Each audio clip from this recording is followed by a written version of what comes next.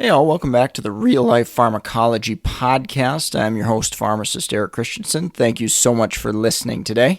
As always, you can track me down on LinkedIn, Eric Christensen, PharmD, BCPS, BCGP. Feel free to go ahead and connect with me there. Go check out reallifepharmacology.com.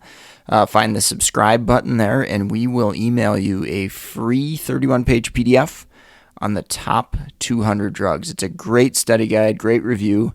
If you're out in practice or if you're going through pharmacology exams and classes, great refresher, great review. I share a lot of things that are going to show up on exams as well as things that actually show up in real life as well. So go get that at reallifepharmacology.com. The drug of the day today is Fluticasone, and specifically I'm going to hone in on the nasal spray. There's a couple of brand names in different formulations. Veramist is one that's fluticasone furoate, and Flonase is the one I'm going to lean on mostly here. That's fluticasone propionate. Flonase is, in practice, the one that I've seen much more common than other formulations. Generally inexpensive. It's now available over the counter as of a few years ago. So you're going to see patients using this medication for sure. Now, what are they going to be using it for? Primarily, you're going to see this med used for allergic rhinitis. Okay? So that's an important thing to monitor, an important thing to follow. And how this medication works, as you could maybe deduct from the name, fluticasone, it is a corticosteroid. So it's going to primarily reduce inflammation and also potentially give you some vasoconstriction locally in the nose as well, which can help alleviate those symptoms of runny nose and irritation and sneezing, of course. I do want to take the time to go through administration of nasal medications, and specifically here, obviously, Flonase. So shake the bottle mildly. You don't need to be a crazy person shaking it like crazy. So, just shake the bottle mildly before use. Obviously, blow your nose. So if you got a whole bunch of snot in your nose right now, that drug is probably not going to be delivered as well as it should be. So make sure that the nasal passages are cleared out. As you're getting ready to deliver that spray, keep the bottle upright and head in a downward sense. Think about not laying on your back to deliver the dose. You're going to kind of close the other nostril with your finger as you insert the device into your other nostril that you're wanting to deliver the medication through.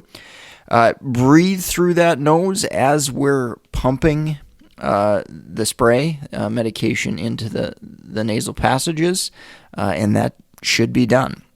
One question in practice that I've received definitely a fair number of times is asking about priming, and I actually get that probably more so with nurses who are maybe unfamiliar or new to using nasal administration.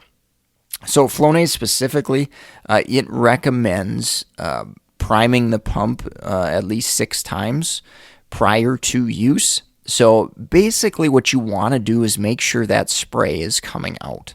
Because if you go to deliver that dose and it hasn't been primed, you pump it once, you're not going to be able to tell if that dose was delivered or not. So that's where priming comes into play.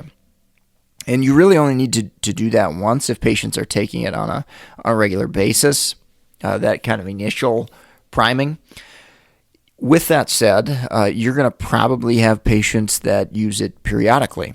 And so if we go a week or so or beyond that without using the medication, then we probably want to reprime that and make sure that we're getting spray out of there before we start administering there.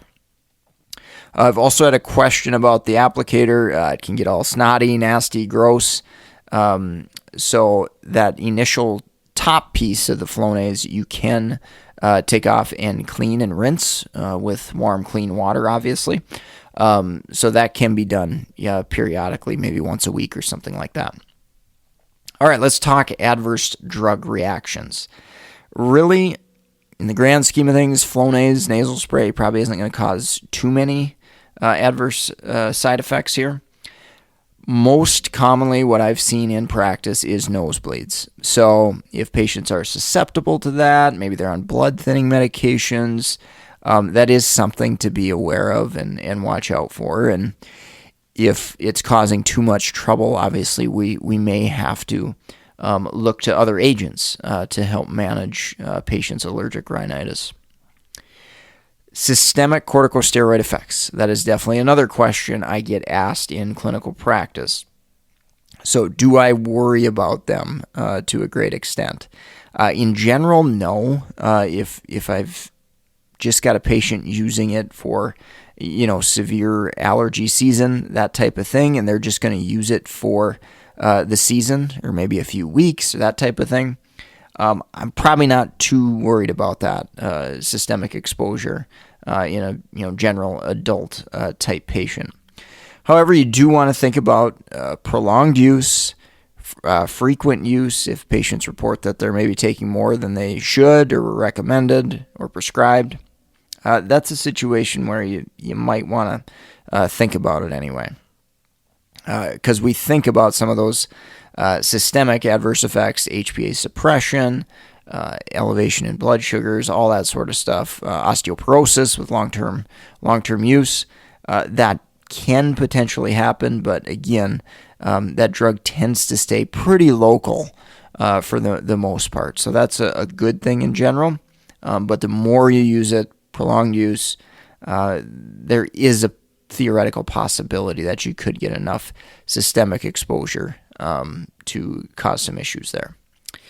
One other thing from an adverse effect profile I wanted to mention was if you've got a patient who's had some nasal surgeries or something like that, keep in mind using a steroid may kind of delay or prolong wound healing.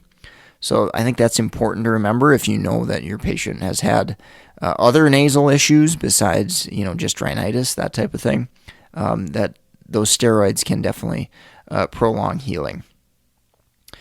This medication, I think I mentioned it before, is over-the-counter. So that's, obviously a situation where patients can pick it up and start using it.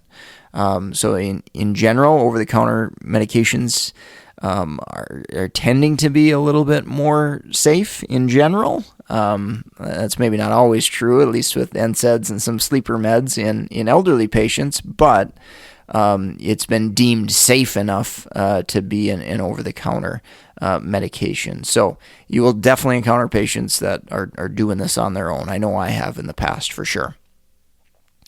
And then thinking about that use and the use of using a steroid chronically, one thing I educate patients on is using it for the period of time that it's necessary, and to limit that systemic exposure, systemic long-term exposure, if we can.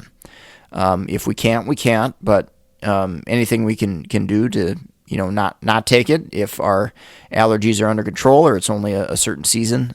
That's, I think, a lot of common sense there. So, all right, let's take a quick break from our sponsor and we'll wrap up with drug interactions. If you're in the market for pharmacist board certification study material like BCPS, ambulatory care, geriatrics, BCM-TMS, the psychiatric exam, or NAPLEX materials, go check out meded101.com/store. We've got a great list of resources. They are updated on an annual basis, and we've certainly helped our fair share of folks pass these exams for over 6 years now. We've been doing this and adapting content based upon those content outline changes each year. So, again, go support the sponsor, meded101.com/store. If you're a nurse, pharmacist, physician, other healthcare professional, we've got educational books, case studies, clinical pearls, drug interactions, lots of different things on Amazon as well as audible.com. So all those links you can find at meded101.com/store, STORE. All right, wrapping up with drug interactions. So first thing I think about with Flonase is nosebleeds. So I do think about that. And in particular, if you got patients who are on blood thinners and things like that, that's probably something I'm going to maybe be a little extra cautious about, and maybe at least specifically warn them about the nosebleeds thing, and that risk may be increased if they're taking aspirin, warfarin, apixaban, whatever the case may be. So think about that in the patients you're using this medication on. And then there is potential for CYP3A4 interactions. Again, this is going to totally depend upon frequency of use, systemic exposure, but CYP3A4 inhibitors can possibly increase concentrations, systemic concentrations of fluticasone. So your classic examples, erythromycin, clarithromycin, protease inhibitors, those are a type of HIV medications. So there definitely are some CYP3A4 inhibitors. Now, do I worry about it to a great extent for a patient that's going to do a trial of Flonase for a week or two? Probably not. It's probably not real high on my radar list as far as drug interactions and risks go. But if you've got a patient taking a CYP3A4 inhibitor long-term, and they're taking, long-term higher dose fluticasone, that's a situation where we may get a little bit more exposure of fluticasone and cause those things like HPA suppression. So hopefully that gives you a little sense of drug interactions as well as the drug Flonase today. I'm going to wrap up the podcast. As always, leave a rating, review on iTunes or Spotify or wherever you're listening. I greatly appreciate that. Share us with friends, colleagues, send out emails, whatever the case may be, social media. Share this podcast with them. Help us grow the audience. And, of course, go subscribe at reallifepharmacology.com. Get that free 31-page PDF on the top 200 drugs, as well as you'll get updates when we've got new content available. I'm going to sign off. Eric Christensen, PharmD. You can find me on LinkedIn. Connect with me there. Or you can email me at mededucation101@gmail.com. I hope you take care and have a great rest of your day.